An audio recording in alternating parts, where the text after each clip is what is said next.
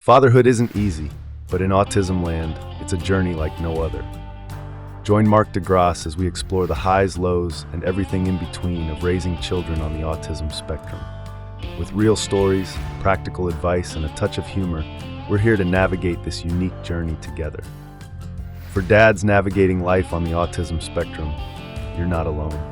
Hey everyone, welcome to Dads in Autismland. I'm Mark de Grasse, the host, and today we're going to talk about autism in public. Basically, some of the behaviors that we have to essentially handle in public, how to manage them, what it's like, all those different aspects. I have a special guest, Mark Kendall, who has a autism kiddo, and today we're talking about how he specifically manages it, and hopefully get you some tips to help you as well. Welcome, Mark. Good morning or good afternoon, whatever time zone we're operating from. I appreciate you inviting me onto the show. I was really intrigued by when I went through and looked at some of your past podcasts. So I appreciate you doing this. Oh, no problem. No, it's been amazing for me personally. Where I'm kind of like every single one of these episodes, I tend to learn something or realize something, which is always good. But we actually haven't talked too much about kind of the public aspects. I think for a lot of dads, well, unfortunately, a lot of autism families, they end up inside a lot because you essentially you just can't manage it. A lot of the hypersensitivity. And just the size of your kids, they get bigger. So I'm very much looking forward to some of the tips that you have in that department. Yeah, well, we'll see. I mean, everybody's situation is different, but I think this issue of autism in public is important because as dads, I think, and all parents, we're sort of thrown into a situation, whether it's when our kid's very young or if they're diagnosed later, but all of a sudden you're in these multiple roles. You're trying to get interventions and therapies. You're processing the situation yourself. Your wife is processing, your spouse is processing. All these different things are going on. At the same time, you're getting all these people giving you advice. All this stuff is coming at you. And now you have all these different roles. And I think when we talk about autism in public, I think of all of a sudden you're also sort of in this public role when you're out with your child with autism, when you're out and about.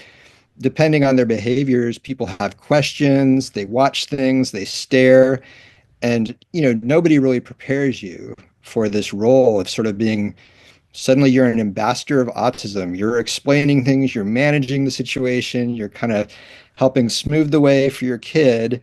And it's a challenging situation, especially at the very start. So that's kind of something I thought we could talk about today and kind of just, explore. I wouldn't present myself as having all the answers or anything, but it is a topic I think is a little bit unexplored for dads.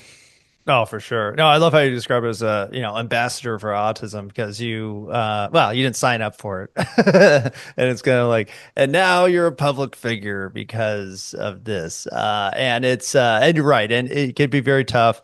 And like you said, there's just so many things you're thinking about. And even as just like a new parent, it's kind of similar to that where you're like, I don't know how to act. Like, what do people expect? I don't want to offend anybody, but I also need to, keep my kids safe. A lot of different considerations there. And me personally, I tend to be a little oblivious to things around me, especially in public. So I'm like, I don't notice the staring and things like that, which is kind of a blessing. But my wife definitely does, and she doesn't like it. It's probably the best way to explain that. So why don't we just start with kind of just the basics of what kind of makes it difficult to take your autism kids outside. Yeah, I mean, I've kind of learned over the years. My daughter's 22 years old now, so I mean, I'm kind of a veteran. So hopefully, some of this is helpful to other dads. But in the early years, I found myself suddenly in this role. I didn't know what was going to happen in public, and people would ask some odd things sometimes. People would sometimes ask, "Oh, is that permanent?" Or they'd say, "What's wrong with your child?" I've had people literally say, things like that. And especially like my daughter's nonverbal. And so a lot of times people assume that if you're nonverbal, you can't understand what people are saying, which is obviously not true. So over time, I sort of learned to manage this. I think sometimes at first we feel a little bit on the defensive in public. And I've learned that we should feel confident. We have the right to be out in public with our kids, obviously. I think dads need to be confident in bringing their kids out into the public. Obviously, there's different situations where, depending on what kind of issues the kid's facing that day, you have to find ways to manage the situation. And, you know, sometimes it may not work out, but we have the right to be out in the public sphere. And I also apply that initially in the early years. It's sort of like, what's our just the basics of taking our kids out in the community, engaging them in activities, allowing them to participate in the world as much as we can help facilitate. Later on, I think it shifts. I think it does get easier in some ways, but I'll talk about that down the road a little bit more. But I would stress that dads should feel confident in taking their kids out, in being out there. And you don't have to have perfect answers to everything, but I think if you feel comfortable with the situation and feel like you have the right to be there, that kind of eliminates some of the kind of staring and questions you get from people from the No, start. that's You know, That's a great point. And I think it's, well, going back to that kind of ambassador role, I think it's also an opportunity to, educate people. I think for my wife and I, we used to have a nonprofit called Special with the Side of Mom, where we were trying to get more inclusion for special needs in neurotypical schools, just because we saw, like, when kids aren't exposed to different people, and different could mean a million different things, but in this context, it's just mentally different. They think different, they act different. And when kids aren't exposed to these things, then when they get older, they think it's weird or wrong or shouldn't be outside. And so I think it's not autism dads. We have it tough enough. You don't have to take that responsibility on, but if you choose to, I think it does does a lot of public good as well. yeah, everybody's in different situations. Everybody has different circumstances, but I do encourage people who can to start thinking about that ambassador role for dads. How do you kind of represent your family? How do you, feel be confident in kind of bringing autism out into the community? And like you mentioned, explaining. Sometimes people will ask my daughter, or they'll ask about my daughter because she uses an iPad to communicate. They'll say, "Oh, does she talk?" Things like that, and I always just say, "She uses an iPad to talk." And respond that way in a positive way, so it's not kind of a saying what she's not able to do, but stressing how she does communicate with people. And that can open doorways to a conversation with them where that person can start to learn more and feel comfortable and engaged, just like everybody should be able to go out there in the community and be part of things. No, that's a great point as well, and it's it's kind of funny because he said, my son's nonverbal, but he really can't understand what you're saying. Like it goes another level further. So I usually, well, and we'll get that with because they get old. Actually, that's a great question next, because having it, kids, my son's just on a phone and he's 12, so he just looks like probably a kid ignoring people and being on a phone. At least when we're in public, he doesn't get that in the house. That's extra special. So we go in public, but the age transition, let's talk about that, because I'm sure taking a child out is a little bit different than an adult. How did that kind of transition happen? And what's the difference between the two? Yeah, I mean, I think people have different expectations when kids are younger. I think sometimes people interpret autistic behavior when children are younger as just being misbehavior, or it's your parenting or something. So in some ways, I think it gets easier because the degree that there's some sort of disability in some ways becomes more visible as people become older. So in that way, I think people tend to pick up the cues of what's happening more quickly and are more likely to accommodate it in some ways. I think sometimes people are kind of judgmental towards people with younger kids and they don't understand why they're behaving a certain way. So in some ways, good news is in some ways it gets easier. At the same time, I think for different people, sometimes, I mean, this hasn't been my situation, but sometimes just the size of who's now a young adult man and is, bigger than you. And now you're in public and, if there's behavioral issues, it's a little bit harder to manage. So it can kind of cut both ways, but it's not all, there is some improvement over time in terms of people's understanding, I think. No, I love that. Well, and do you do well? Let's talk about say de-escalating, because if somebody, say it's easy to get offended by neurotypical people, and some people can get offended by your autism person just because they don't know the niceties, and they don't understand staring and all those other aspects. Do you have any tips in terms of how you would handle that situation to de-escalate or introduce them to what the situation is? Yeah, I mean, I'm not a de-escalation expert, but I think the big thing is to feel confident in your role and with the person, with your whether child or young adult. You know them, you know what they need, and I'm kind of taking an unapologetic stance. If somebody's, if my daughter was flapping her hands or something, there's nothing wrong with that. That's just, and it's not a behavior that's harming anybody. And if people feel uncomfortable with it, I just proceed as if nothing's happening. Like we're just out the world. I don't feel on the defensive. Obviously, if your kid is grabbing somebody or doing something that's disruptive to somebody else, it's a different story. But in many cases, it's just they're exhibiting behaviors that are typical of autism.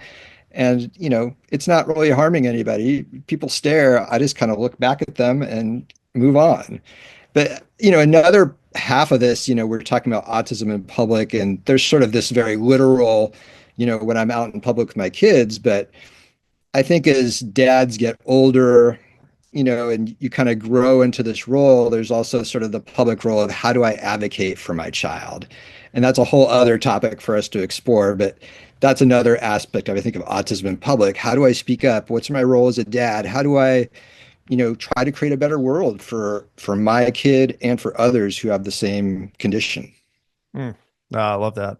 Now, for when you're headed out, do you have any kind of prep procedures? Because for me, when we're taking my son Damien out basically anywhere, we have like a bag, like it's a backpack. It has the snacks, has a change of clothes, has the device or whatever we're planning on using at that point, water bottle. Do you do the same? Do you still have a kit, or is it just kind of normal at this point? We have a whole backpack of, I Oh, mean, okay. we have all this stuff we take, and she uses like a button to ask to go to the bathroom, and she has an iPad she wears on herself so she can Mm. tell us what she wants. We go to the store, oftentimes she'll ask for a snack in the store. So we're at Trader Joe's. We always want to reward requesting behavior. So I'll just like, we'll pay for it later, but like I always just grab a bag and give her something then. So I'm kind of be ready to kind of support communication in public because we always want her to be able to use her communication device outside the home and in public spaces and kind of, use it across different environments. So that's kind of our biggest goal in a lot of ways is communication. Yeah, it's funny you said that because I wasn't sure. I was like, oh, well, we kind of came up with this after so many years. I think it's funny because you get in these habits and you don't even notice you're doing them anymore. Where I'm like, oh yeah, this is easy. You just pack up the bag, you collect all the stuff, and then you're good to go. And then sometimes you notice you're like, oh, I think not everybody has to do this extensive of planning. Also with the time, I don't know if your daughter has a time limit, but we're kind of with my son, we're kind of like, okay, we got like 3 to 5 hours, pretty good. And then at that point, we're gonna have to start, I don't know, hanging out in the car for a little bit and then going back out again. Do you have those, and did it change over the years? Yeah, I mean, it's kind of situational, but yeah, I mean, everybody's kind of got their time limits of how much they can handle. I think even like neurotypical people have same, there's a range of different personalities. For my daughter, it's, it depends on the situation, but she does get exhausted at certain Mhm. points. So having some way of retreating.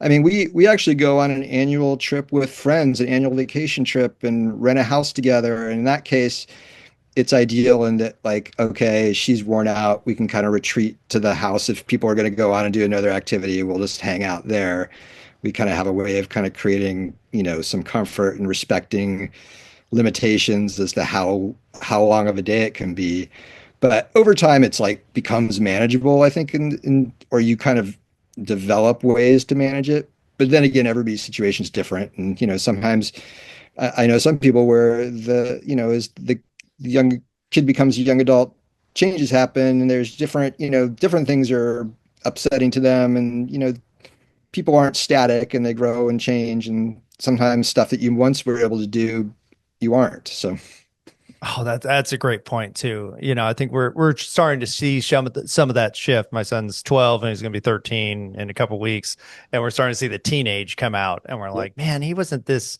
crabby before sometimes, or he seems angry sometimes. The boys going through puberty stuff.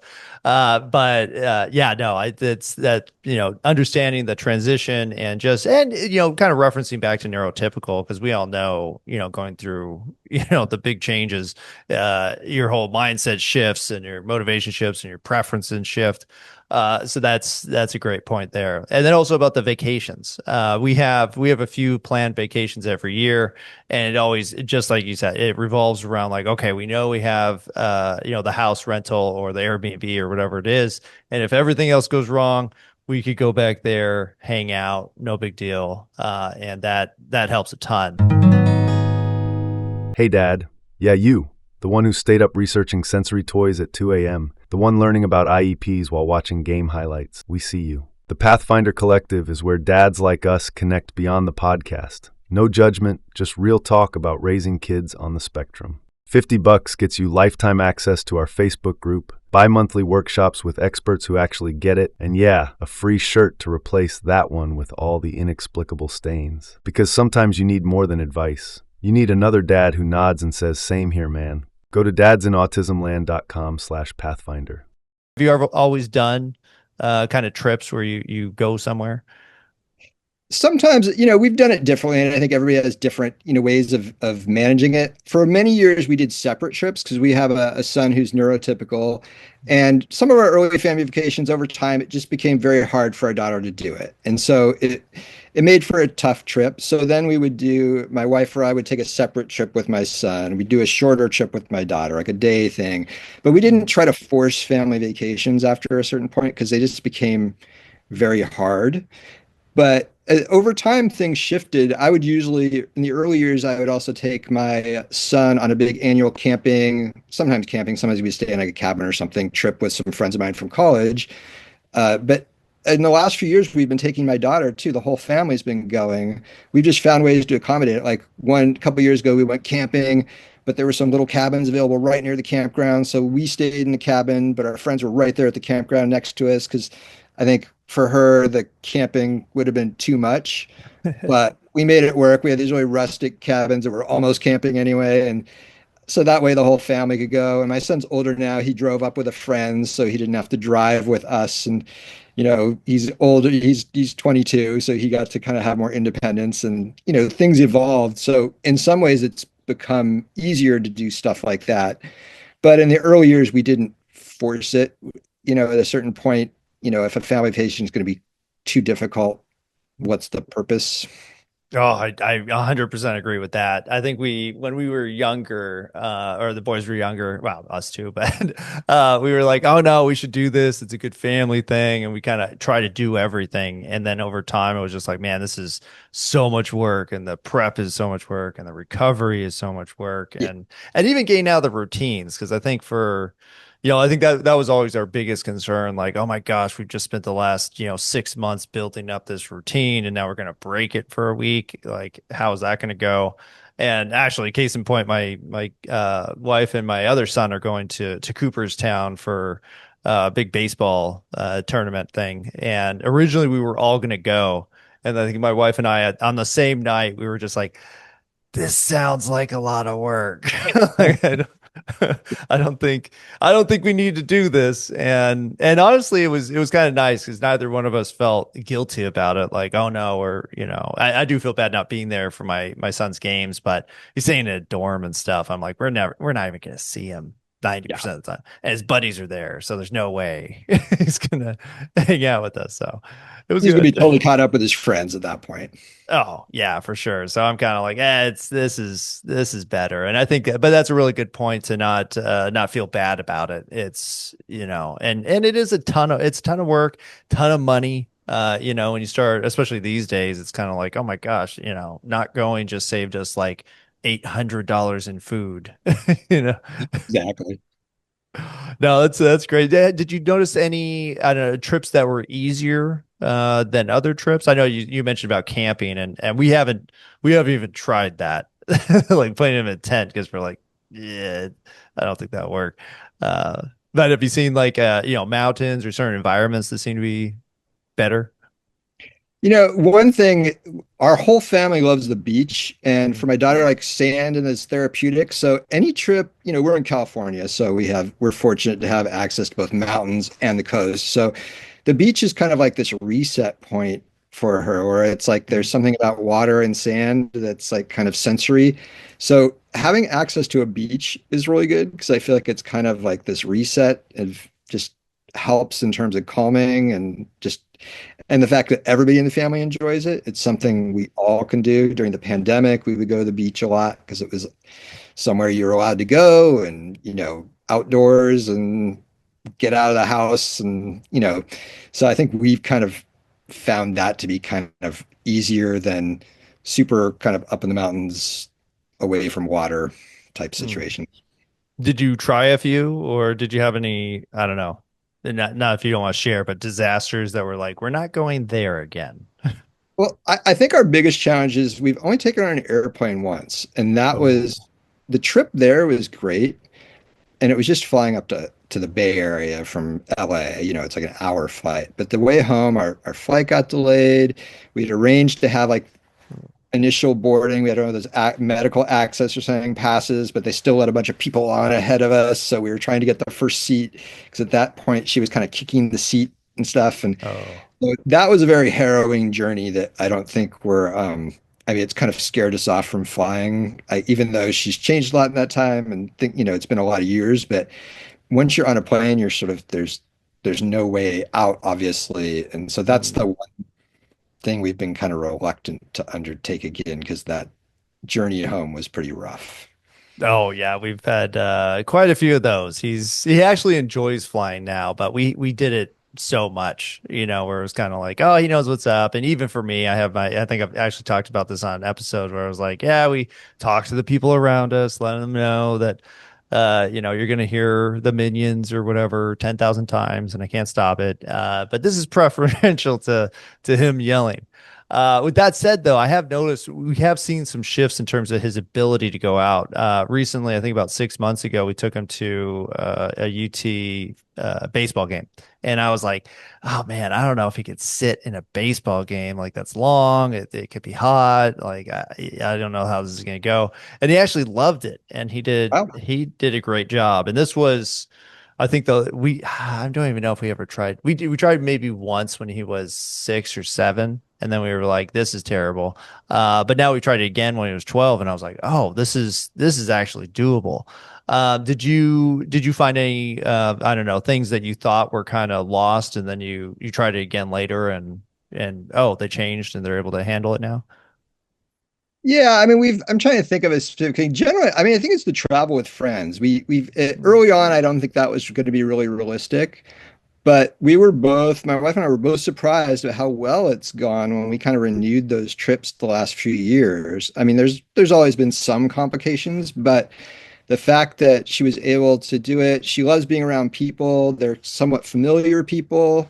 So, I mean, that was the biggest thing and that was a great thing to have the whole family be able to go. Like, at the same time, when you're with other people, it's a little less concentrated with just the four of us, right? My son's with other friends. And so it kind of is a win-win all the way around of still getting to do travel, but it just worked for everybody. So I think that was the biggest thing that shifted. I don't think it would have been possible when she was like 10 Mm. versus today. No, that's amazing, and it's always good to find that out. Or kind of, but again, it is hard to get off of the like, no, we don't do that, especially if you've had some traumatic experience like a bad plane flight or getting stuck somewhere. That is, I think that's probably our biggest kind of nightmare, like getting stuck somewhere where we don't have our stuff, we don't have the supplies and the structure, all that kind of stuff, and then you know being stuck and having it go terribly. But that's amazing. Well, let's just say that. Like, what tips do you have if things do go bad? Like, do you have kind of an exit procedure, or is it kind of like just head to the car? Like, what's that look like?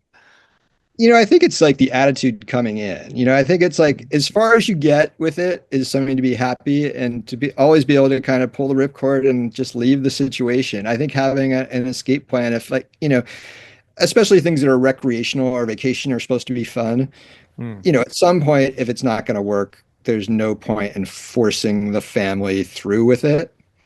I mean, it's okay. Or, for people who have a two-parent family, like sometimes, we would do one of us stays with our son, one of us leaves with our daughter or something. I mean, I think that way you can your other kids can do kind of typical things, but if it's not working for one, you can kind of get out of it. And sometimes that's the best solution for everybody. Kind of have a way out if it's not working. Oh yeah, I think that's yeah. Well, everybody should have that all the time. I think that's typical kind of safety. Know your way out. But again, it's a little bit more serious. And for us, I think our plan used to revolve around, okay, how far can I carry him? Where it's like, I'm gonna have to pick him up. If that happens, is it gonna be too far? And then he got so big. I think he's 190 pounds now. I'm like, I think I could still pick him up, but. Uh, how far? Probably not going to happen. And plus, he won't let you. He's very good at stopping you if you're like, all right, time to go. He knows how to position his body. It's pretty interesting, the capabilities you get sometimes. Well, this is all fantastic. I think great tips on well, not just tips on how to take your autism child out publicly. Actually, one more subject I'd love to talk to you about is safety. Do you have a few tips in regards to just keeping, your child safe, but also just the whole family that you're with, kind of safe in, when you go anywhere?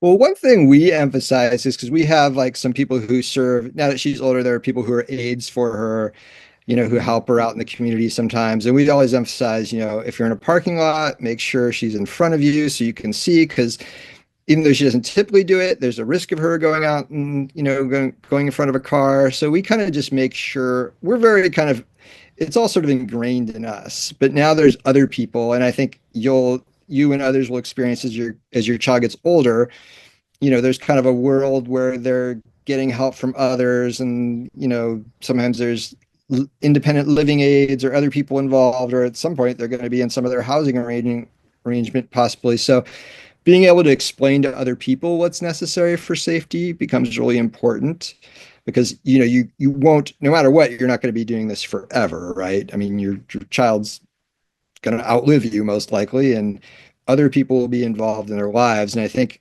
finding ways to communicate what's important to them and how to understand them, not just for safety, there are basic safety things, but we always try to make sure people understand the fundamental safety aspects, especially if they haven't seen them, because we've known her longer and we've seen that, oh, because she could potentially run in the street. They may not have ever witnessed it, and you kind of assume, you wouldn't have a reason to assume that. So we always mention that. But then also more positive things like, making sure you have, understanding of how the person communicates, what their basic needs, sort of routines are. I think it's important to document all that as much as you can. Because if something happened, if a relative had to take over at one point or something, it would make life, if you had some sort of family crisis, anything can happen in life. I think it's important to have that sort of information available for other people.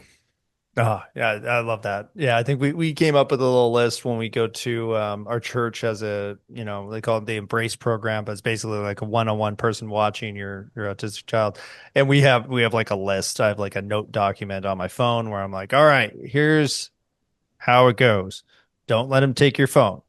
And there'll be like a list of things they have to do. Otherwise, not that all the time it would be unsafe, but definitely won't be pleasant. And then who knows, but that's a great point about, parking lots, like traffic safety. I'm always, very careful because I know he's a flight risk. We actually did get the handicap placard, which, going back to looks in public, you'll get that sometimes. I'll just be like, I'm not handicapped. My son is, and that's the extent of it. But I have a few things, I drive a Cybertruck, which is the most hated car on the planet.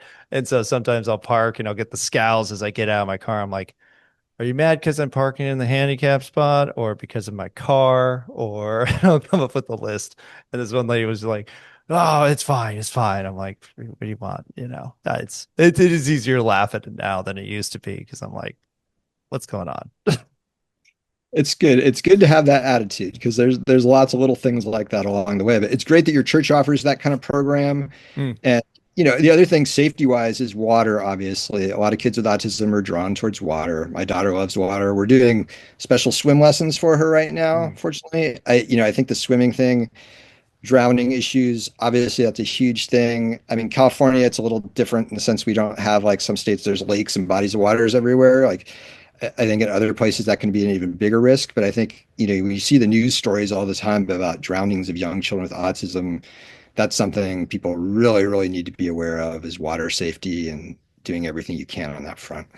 Oh, great point. Yeah, we actually that was probably one of his first autism signs was how he would stare at bubbles and he wouldn't stop and he was obsessed with water and tried to get to it everywhere. So we actually went through the process of putting him in swim lessons when I think it was 3, and it took like 2 years or so. And then now he could swim. It's mainly just keeping his face above the water, and then he kind of paddles like this, but he's very good at it. And we're not too worried about it. So, but yeah, I would recommend to anybody, if they have that concern, like just go get as much swim training as you can because they will get away at some point. There was a terrible story. I think it was yesterday, like when a local school and the class had a pool party and 9-year-old actually drowned and not autistic, just, I don't know. Kids goofing off in pool. That was a lifeguard. So I'm like, yeah, it could happen like really, really quick. Don't underestimate that. But no, that's a great point. And I do recommend everybody, know how to swim. It's a good skill to have. Well, thank you so much, Mark. This has been fantastic. And it's the public going out public. I think it's important for a variety of reasons, not least of which is just the family health. Being cooped up all the time isn't good for anybody. So whatever it takes, I think if you could find a way to get out, then you should definitely do so. Absolutely. And, dads have this opportunity to get involved in just public in advocacy, all these different areas. And, I think there's a real need for more of the autism dads to get involved in different areas. There's such a future need for housing, different sort of issues. And I think there's a lot of interesting issues for dads to get out and engage in. So I would encourage everybody, once you're kind of ready and in a situation where you can, to get out there and be an ambassador. It's not easy, but it's way of speaking up for your kids and making things better down the road. Excellent. Yeah, and I 100% agree, and I do think it's a service to everybody to be able to experience these people because they do think differently and they act differently, and that's not a bad thing. I think that the more we embrace that and try to learn from it, the better it is. So yeah, get out there, dads. It's not easy, but it's totally worth it. Exactly. Well, thank you so much, Mark. This is a great program you're offering, and I appreciate you having me on. I appreciate you coming on, and thanks again for making such an effort for your child because I think it's definitely makes a difference. Likewise. All right. Thank you so much for listening. This has been the Dads and Autismland podcast. If you'd like more tips and advice for your autism kids, please join us. You can subscribe at our website, dadsandautismland.com.